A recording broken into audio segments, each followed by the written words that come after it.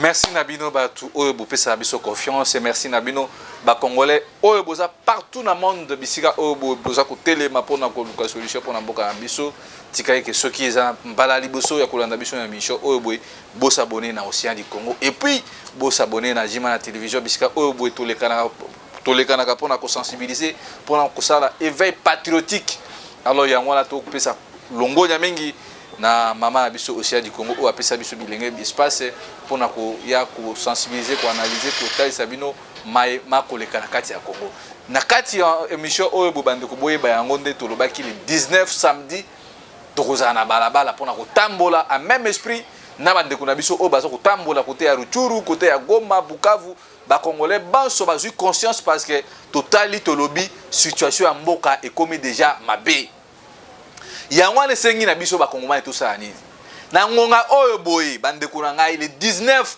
tozo bengisa ba Congolais tout bisikana so bozali bana changu bana monga fula bana funa bana kisenso bana masina kimbateke njili kikole samedi wana le 19 tokozana marche pona kotalisa ke ba américain ba européen Rwanda Uganda ba pays wana nyonso pas question toujours sur na besoin ya ko coopérer na bango te parce que nena zo bisa bino awa boye lobby na côté kisa kiwanzi Monusco et côté ici ne ba mesana ko sa ba cop na bango et côté ici ba rebelle ba M23 na kati ya mutuka ndena zo lo ba awa boye eza ya ko yinda donc demi tuka ya kaske ble ba tumbi amo ya ngwana bozo mona bisika kande zo matabiso parce que boyebi dans les jours passés tozaka na base ya Monusco pona ko senga départ ya Monusco na mboka na biso et puis mona biso ba Brino ba Lumumba ba ndoko bele ba mama aussi to kitaka liboso ambassade ya Rwanda pona ko loba que non pas question to na besoin ya komona Rwanda a na mabé na biso te pona biso za karega ti peut-être ba Congolais bele bazo se tromper na cible eza karega te cible eza ne Rwanda mobimba ko bengana ko kanga fermeture une fois pour toutes ambassade ya Rwanda et puis ko rappeler ambassadeur na biso et puis kozwa disposition nyonso nécessaire pona ba Congolais bazwa na Rwanda kozwa bango tout kozongisa bango na Kisasa parce que ça passe na mawa lelo oyo boye tozomona ba dirigeant ya Kisasa Félix ayokani na Kagame po ba se pelisa donc pese lengi ba pesa ba Congolais lengi pona koloba ke non botala to bengani vesa karega aza isu na mboka ya biso te mais bino bo bengani na karega ambassade za ko fungwa meza ko fonctionner 6 heures sur 6 heures tu wana bosali nini problème la biso zali soki réellement bo bengana ki na karega oyo bozo ba ke non karega nde ba bengana kana na Afrique du Sud oyo boy aza personne non ingrata pona nini ba bengana vesa karega na Afrique du Sud po ase surjaka na kati ya makambo ya sud africain nde ba bengana vesa karega et puis azalaka na mission oyo Kagame apesa epona koboma ba opposa oyo bobakima en exil na Rwanda na Sud-Afrique. Alors, mais qu'est-ce qui s'est passé chez Biso? Biso to telemi awa boye to tambola bakanga biso na kalfungula. Tolobi fo vesa karega zonga. Mais to mona vesa karega akenda musika afinga même président Martin Fayulu que azana trouble mental. Afinga biso ba Congolais awa boye. Banani ba protéger vesa karega ezaka Tshisekedi. Ba policier ba ndeko se rappeler na date ezaka je crois le 19 zaka belé mukolo wana. Vesa karega a côté même na politique interne ya mboka na biso. Mais aujourd'hui, quand Kabino batwa IDPS na politique na bino pese lengi, ozo lengi, lelo obwe, boza ko bisa biso que non, il n'y a pas de bonnes relations entre Kinshasa na Rwanda na Kigali. Le kuta ba Congolais boy ba ke Félix ake ko négocier na batwana. Papa mona makambu oyo et pesa bino kanda parce que quand vous chassez Vesa Karega mais ambassade déjà pour fonctionner. Vous dites que non Vesa Karega azalaki espion ya ba Rwanda na Kinshasa mais Félix aza entouré na espion belé na présidence. Ba espion Félix ayebi batu na boy kota na kombo na bango awa bopo ekomela nga ba problème. Espion liboso boyebi o asaka pembe na Tshisekedi. Ba nani oyo ba biselele. Bazana au service ya Rwanda mais ezoko sekisa ngai tant nous mona bazo ba non ba bengani ba komi ko bengana beso alors ba espion o bazana Rwanda na kati ya présidence les Rwandais qui sont à la présidence biso do linga ke Si réellement que vous avez une décision, il y a une relation à Rwanda. Bon, ben, nous, Rwandais, au bazar na parlement. Bon, ben, Rwandais, au bazar na armée na biso. Bon, ben, Rwandais, au bazar na Sénat, bazar na palais du peuple. Au bazar na gouvernement. La dimension Félix Sassona les sabiso ba pongi peuple congolais. Vesa Karega na lobaki une émission passée à Wazana Brazzaville, azako travailler comme chef de diplomatie na Kinshasa mais aza na bureau na Congo Brazzaville mais administration mobimba na Kinshasa ezako fonctionner. Alors place wana baza kozo banani. Et puis de l'autre côté botala makambo za koleka na Congo bande kolanga Félix yaye na etindela biso mutu oyo boye. Nous devons faire tout pour chasser Félix Tshisekedi. Félix est protégé par Rwandais. Papa Mona, Félix dit que Rwanda a agressé Bisso, mais il a entretenu une bonne relation avec Ouganda. Mais tant que soda ya Ouganda, ya Rwanda, qui Rwanda, pas côté Bunagana, qui wapi. Si réellement Ouganda est partenaire privilégié na Bisso. Ce qui est Yoweri Museveni, est vraiment allié, n'est-ce pas Tshisekedi Banda Koloba. Elle va permettre que non afungo la barrière côté ya Kasindi ba Rwanda ba kota na nzela Bunagana ba so Bunagana nde ba so sara. Donc problème na biso marche to bi mal 19 oyo. Nous devons voir ko bengana tout ça a besoin Tshisekedi il faut reprendre nous ba relation tout entre biso na Rwanda. Ko bengana na ba travailler Rwanda ba na kati ambassade awa. Deuxième premier wana il faut ka ba bengana ambassadeur Vesa Karega. Et puis, il faut pour toute l'ambassade de Rwanda. Et puis, ko benga l'ambassadeur ya Uganda, ko kanga pe ambassade wana. Tant que tu benga na bango, tu bengi pe bande kuna biso ba Rwanda nyonso, ba Congolais nyonso, ubasa na Rwanda, bozo na Kigali partout. To solo ba bozo ka bozo na bémission oyo boy.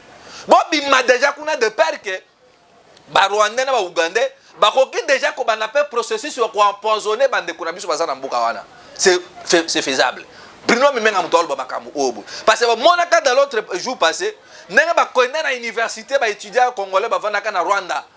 N'a pas bon ma bande konabiso. Donc tant bozo ba décision obo na sentiment na bino ya lupopo, bozo tala ba conséquence. Donc bo benga na ambassadeur Uganda, Rwanda et puis bo benga bande konabiso basakuna. Tout congolais vivant en Uganda. Bo bima parce que na anglo biso tozo kene obo na bat obo e kozala libe bali bonga. Parce que tout le monde dit que non, Yoweri Museveni, Azawana, Azako protéger de Konae, Nevenae, Paul Kagame. De deux nana manaï ko énuméré. Si l'homme Tshisekedi, Atika ko bisabi so non le pays est dans l'agression, tozo senga unité wana eza pona bango ba leader politique. Pour pas que ne kokabola ba poste. Félix doit nous démontrer Atali Sabiso qu'est-ce que lui il a signé réellement comme accord na Yoweri Museveni, na Paul Kagame, d'accord wana Félix atiango na mesa peuple congolais ayeba et puis azo ba responsabilité na ye. Parce que jusqu'à preuve du contraire, c'est que Félix avait signé na batu wana biso peuple congolais batu to ebité. Alors to continuer na batu oboy. Tala niveau le côté za na kati ya mboka. Bakosi biso non bazui Bunagana mais Bunagana sous contrôle ya 1v3 sous contrôle ya FD ya FPEDR armée ya Uganda ce qui a nini wana. Donc le long oboy problème na biso ezali Félix a décision te peuple congolais totalement. Parce que tant que Félix a continué à garder ambassadeur ougandais azali sous ami na biso te. Félix a ébaki que mboka ça qui n'a pas problème. Il savait ça très bien que le pays avait des problèmes au Kabila, mais Félix a rien à pouvoir. Il a signé des accords en accord. Lelo Oyoboué, Bozobenga Biso, Kolobao, non, voilà, to Vanda, to Solola, parce que nous n'allons plus négocier na Félix Tshisekedi. Parce que schéma Obiso Tozui, Babeta Biso Awaboye, monde a témoigné en Kagame, Vesa Karega, il a insulté les Congolais. Mais aujourd'hui là, vous voulez nous faire croire que Mboka na kati agression. Bino bozo ba non, boya to vanda, to solo là. Et aujourd'hui là, na zobi sabino bande ko na ngai na bala ko insister ne loko depuis kala. Il n'y aura pas des élections. Nyonso bozo mona oyo boye. Ezaki déjà dialogue au basola kango bien avant planifié, calculé na table beaucoup mon épisode de bon na table beaucoup mon épisode de boy. Parce que si nous ko sate total a communiqué à porte-parole au gouvernement. Qu'est-ce que le ministre de la communication dit? Monsieur Patrick Mouyaya, à cause de jugé un jour sur le libérer Congo, parce que là, on l'a plusieurs fois. Moi, je mène mon combat pour le Congo et non pour l'individu. Patrick Mouyaya, le bio non, tout ça banga kobunda, parce que sur le bundi, batu bakokufa, et puis il y aura perte de vies humaines. Oh. Et tant que Bruno Moutoua réfléchit ça, premier guerrier dans le terrain, sensibilisateur, mobilisateur. Il y a premier rang. Na réfléchir, analyse à Patrick Mouyaya. Pour tout le monde a appelé Patrick Mouyaya, na photo na Paul Kagame. Donc on suppose que Patrick Mouyaya a expliqué d'ici là tant de libérer comment Nini Kinyarwanda comment langue nationale na Congo.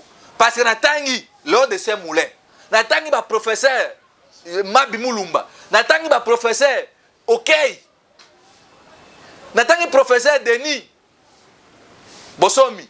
Je n'ai jamais attendu ma professeur Ndaiwel, ma grand historien en Mboka Obo. Natika comme on a place mon côté, Oyoboye, Moutoura Ndaiwel Obino, Kinyarwanda, et sa langue nationale en Mboka Abiso. Mais par le coup du pouvoir, parrainage à Rwandais, Patrick Mouyaya a tindi qui va boucher Moussika. Kolobake, Kinyarwanda, et sa langue nationale. Ça honte, ça vergogne. Et puis, il vient de nous dire que voilà, tout ça, Bangakobunda, que Rwandais, Bakokufa. Mais, donc cela veut dire que tant que Patrick Mouyaya lobi boye, que tout ça boye à Kobunda, pas batu bakukufa. C'est que ça kolbake, babunanga na wana bakiwanza baruchuru nde barwande bazui, to ça soit capable de récupérer ango parce que ce qui to bundi batu bakosa nini bakuku. Et ça langage moko codé, et ça siko bona ba combataba ya DJ Mary na ba fanatique o balingaka batu oyo boye bakuba ah voilà ministre o aza excellent. Donc un langage simple, et ça kolobake no moyen to bunda et ça te à partir à lelo mabele wana ekomi ya barwande. Tala niveau de trahison bato to na bango. Chers Congolais, les 19, comment on a dit, vous avez dit qu'on a besoin de Goma. Bande qu'on a besoin de Goma, bazo bunda. Pour bayebik important c'est à mabele, bayebik batouana. Ti baronda ndeng bazo yawana. Bazo na de 1 guerre OESA sur le plan économique.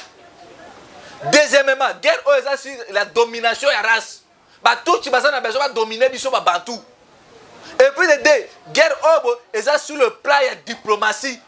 Bota la diplomatie agonisante, diplomatie agissante. Oh, y lomba meli biso na mboka. Félix Akena des Nations Unies il a parlé. Personne a tombé pour défendre la cause de RDC. Félix Ayemoko, Azalaki président, il y a Union africaine. Place ni bomoni, Félix a plaidé pour la cause de RDC que non, il y a même qui diplomatie. Il y a Afrique à l'époque Natango. Personne. Tanzania va comprendre que nos Bunambo quand on a été peuple on est inconscient. Bazan a raison que les Congolais sont dans les consciences totales. Mbokezana insécurité. Koto on a bisengo, koto Félix na voyage. Alors comment est-ce que bato misus ba kozwa biso sérieux? Toke awa bona veto awa boya cha ba armement. Tomoni ba mboke boy ko sa boy ko za la pour biso. Même tomoni ngona 77e sommet à ONU à Abou. Macky Sall comme président de l'Union africaine pour le moment, il n'a pas plaidé la cause de RDC. Alors ce qu'on félicite voilà, j'ai de bonnes relations avec la France, j'ai de bonnes relations avec les Américains. Ce qu'on a place on a tout. Ils ont compris que non, diplomatie à Félix ne vaut la peine.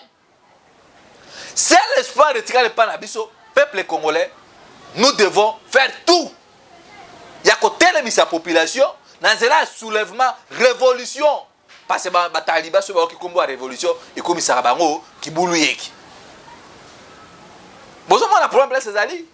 Donc pour le moment, nous devons faire tout pour chasser Félix. Parce que Félix, c'est ce qu'on a besoin de Batounae.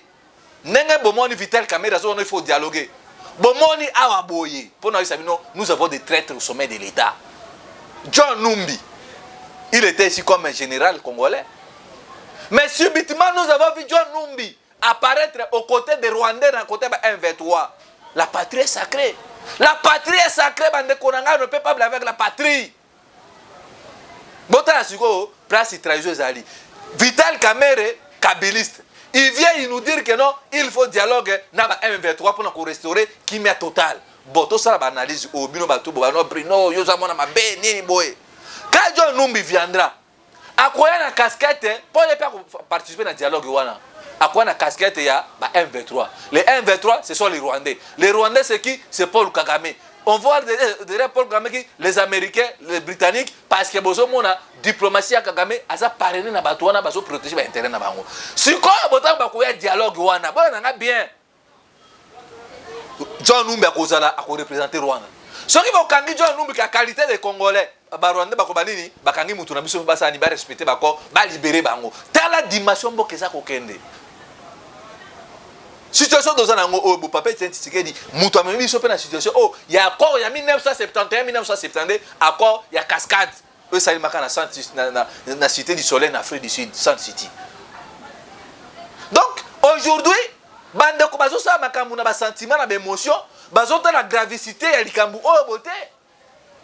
On vient de m'apprendre que non Tshisekedi a eu ba contact na ba appel téléphonique presque na ba leader politique nyonso. Et aujourd'hui là, tant que solo là, quelle serait la suite? Il y a des leaders politiques qui vont à Nyos. Au lieu de voilà, nini boy, tout soit n'a pour rien, oh la mouka nini boy. Non, c'est pas totalement la logique des choses bande kunangai. Boy bango que non, la mouka est dans l'opposition, dans l'opposition. La mouka 80% ya bato la mouka bango na baso gérer mboka. Donc biso bato totika qui na résistance na kati la mouka, qu'est-ce que nous avons fait? Torata déjà vole Nabiso le 19 janvier 2019 Mouko Félix a prêté un serment si réellement tout ça qui a besoin pour changer ma cambu. Tolinga qui to bimisa peuple na révolution populaire Mukolo. Est-ce que na kosi Shadrach? Mais Torata le quoi na ko teto zelana nous muke. Alors Tozeli Félix a sali 4 ans. Il a tout. Il a la cour constitutionnelle, magistrature, l'argent, l'armée, nyonso. Déjà, Moutoua Yibi na élection en 2018, toi, ça qui est de l'autre côté. Si on est 2024, 2023, nous avons dit que nous avons battre. Bon, on a pouvoir placer Zali. Il y a un moment où chez moi, Félix habite. Bana mère na batigali, boya ga, togo daga na système ga, toka bolaka alipa. Batuana, bangoto boboana, ba continuer à coupler Jacques. Tala kindoki. Inconscient au peuple congolais à son dimanche, on se pela. Facha bengi, aluki biso te, a piéger de biso. Parce que tant que leader on a tout ba okende kuna. Ba koza sous force ya kobima baloba. Nde bazana ngo.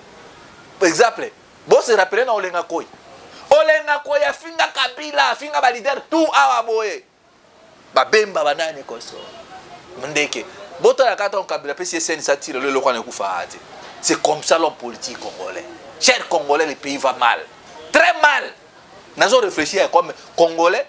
Je ne suis pas oh non ni. Nous avons réfléchi parce que les 19 nous sommes tous en marche.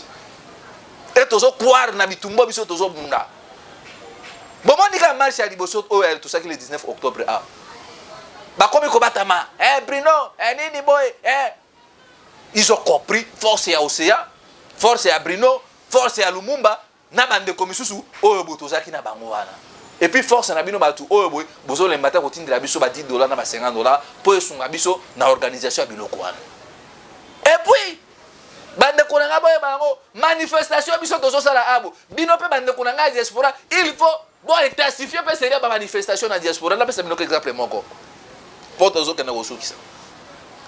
Biso tozo na besoin de révolution ça le mana Congo ya Kisasa. Oui, et ça bien.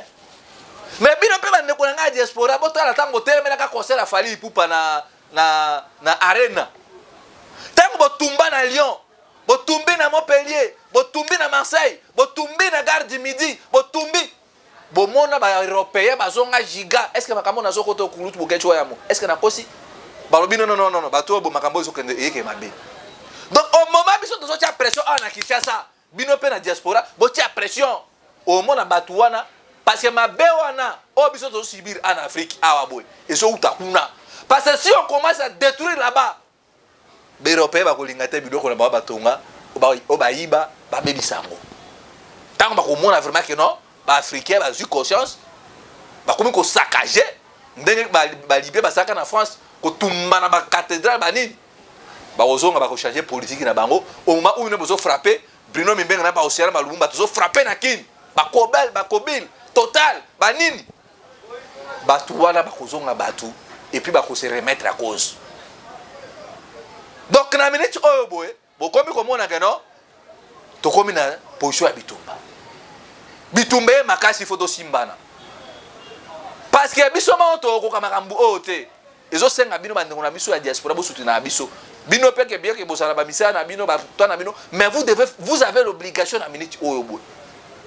Nous n'avons pas de leader politique oyo boy baza na vision pour changer makambu bango tout wana baza na même schéma même idéologie so pour landi ba discours na bango au monde ba discours moko il y a genre un rapprochement ba discours moko parallèle ba discours moko comme si na la bonne bango ba traiter ba biloko wana ensemble. Important c'est ni na minute où Félix a volé les élections. Félix il travaille avec Kagame. Félix a des représentants rwandais na kati ya ndaku na ye. Na kati ya bureau na ye ba rwandais bazana na bozo assemblée benga na karega. Siko ba rwandais bazana na pesa ka Paul Kagame ba information à tout moment. Bo bengani bango. Botika lokuta na bino wa botika d'ici là samedi tozana manifestation. Ambassade à Ouganda to okita wana et puis to okanga ambassade wana. On ne peut pas avoir des amis très oyo bobazo tuba wana mu Congo yoso benga bango muninga malamu. Même ndé tozana ba maman aussi so maman aussi ba no sanga ba jema be na koza distance na ye parce que na mino oh aza yesusu muninga malamu te to ko bundana bango. Prévenir bo mona bande ko tozaki na bona bitumba résistance bazo ka na kolia mbongo ba bati na bamboso. Koto bobazo ko influencer biso no voilà. Lelo oyo bo mona bango basana nini to kabona bango parce que tous le même esprit à idée bango ba préférer mbongo biso to préférer piaka to bunda po to république to récupérer république. C'est comme ça. Yozo o bunda balbakanini l'ami de mon ami est mon ami, l'ennemi de mon ennemi est mon ennemi. Yozo ami à Rwanda yozo ami à Uganda mais ennemi ya na yo eza Rwanda mais ami na yo ennemi na wana aza siko relation na bosa bo calculer na on a évité. Rwanda na RDC baza en bonne relation te. Ndenge selon Félix. RDC na Uganda baza en bonne relation. Mais Uganda a facilité ba soda ya Rwanda ba kota ba ko agresser RDC. Est-ce que bosa baninga malamu? Pour vous dire que Félix c'est lui qui est l'encre. Yemutoza triangle ya mabenyo so oyo. Ici on reproche à Tshisekedi pour avoir triché des élections et puis so quand dit maka ko tika makambu oyo bonde kabila ko makiti na suka lelo obo tunga zo situation oyo te et puisque Félix siko aza incapable à résoudre ba problème oyo moko a creuser na ba problème o kabila timola libulu na ba problème o Patrick Muya ko elisa biso que non on ne va plus combattre parce que batu ba kokufa so Patrick Muya ministre bato bazo boma bango butu moyi pour lobby monisco betaki masasi bozo mona place bato bazo continuer ko humilier biso. Yango na sengi na bino ba congolais bandeko na ngai lokola yuma moko boye azu musane kana Facebook pa lo baka ko mona ngai ngana za chômeur na senga mbongo te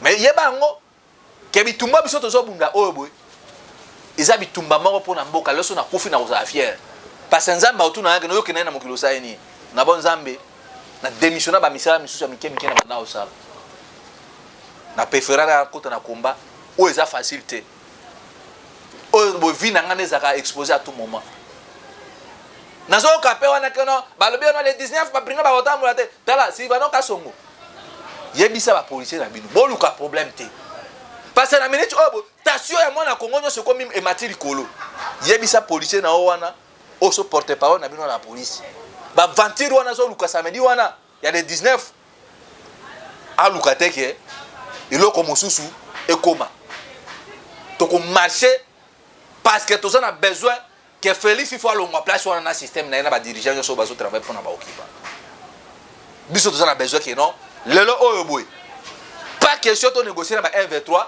ce que to négocier na ba mettre na bango ba américain ba vandi biso pe ça Lumumba les amis de Bruno Mimenga fondation sociale du Congo to vandi to négocier na ba américain na ba britannique na ba français na que non on veut ce qui besoin a besoin boya boso ba richesse na biso voilà ba condition na biso zabo voilà biso to peuple ko to lingi boy botonga banzela botia ba mai électricité kota voilà eloko oyo biso to zana besoin ba jeune bazo misala et non boleka kasima Rwanda babo makaba ndeko na biso ba vilo ba mama na biso basala o balingi comme si na Congo batu bazalite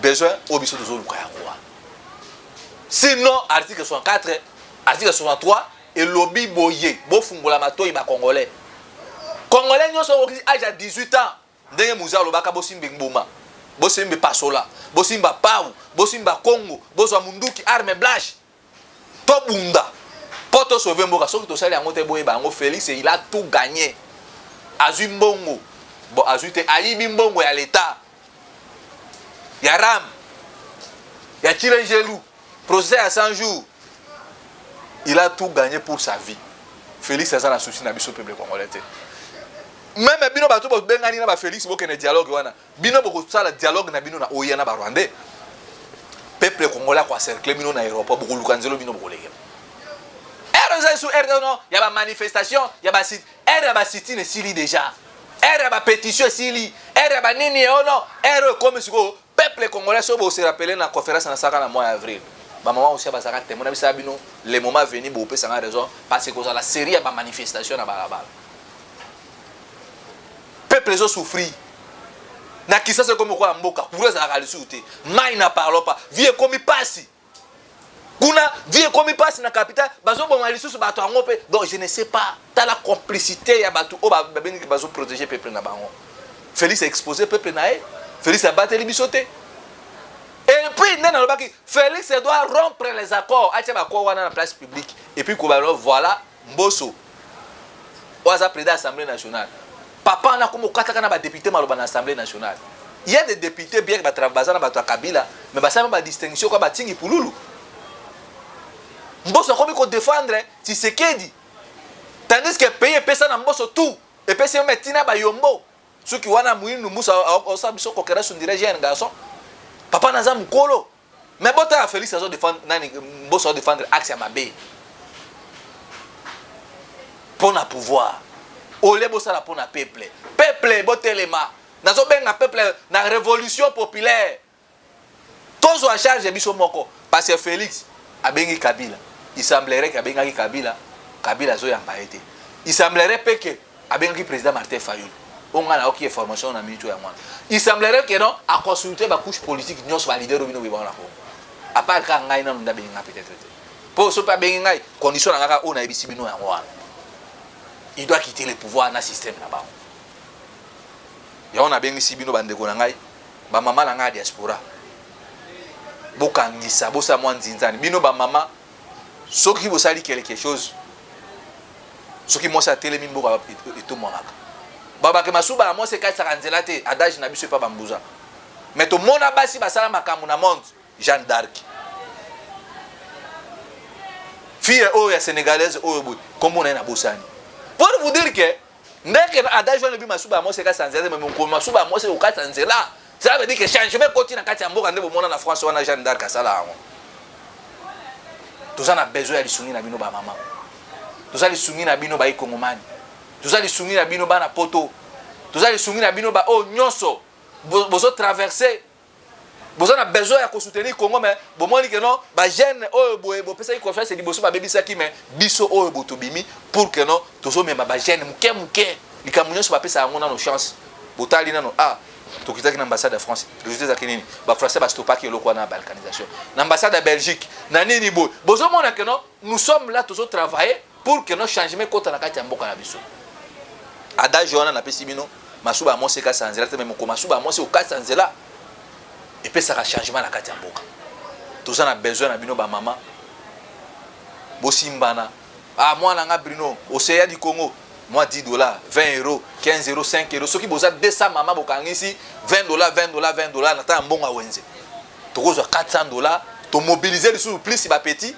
na bana wana bana kinga bo bazo benga téléphone nga tout moment na lembi explication ko yebisa bango siko so bokangi $10 $20 boza par exemple ta 300 mama to ça quelque chose numéro zali wana plus 243 81 73 11 702 plus 243 81 73 11 702 wana nde ko benga ngai Bruno Mimbenga to tikali suna mikolo mingi te parce que bozo mona ba rebelle ba ennemi bazo continuer Félix azo continuer ko sa politique na wana ya diplomatie na ya olalisa bato ba ponga ba bébé tandis que nyoso bozo sala awa boy isala ngo ba yokana ki déjà ina Paul Kagame espoir ike levé totelema ndenge na isabino toujours dans la kitsaku dans la mambo la peur doit quitter nos esprits libo kapeli puis ici la sona moko mo wote Vous s'abonner aussi à du Congo na Jima télévision et puis vous soutenir Bisso parce que le 19 qu'il plaît, qu'il neige, nous serons dans la rue de Kinshasa pour nous téléméla mamakambu o nyoso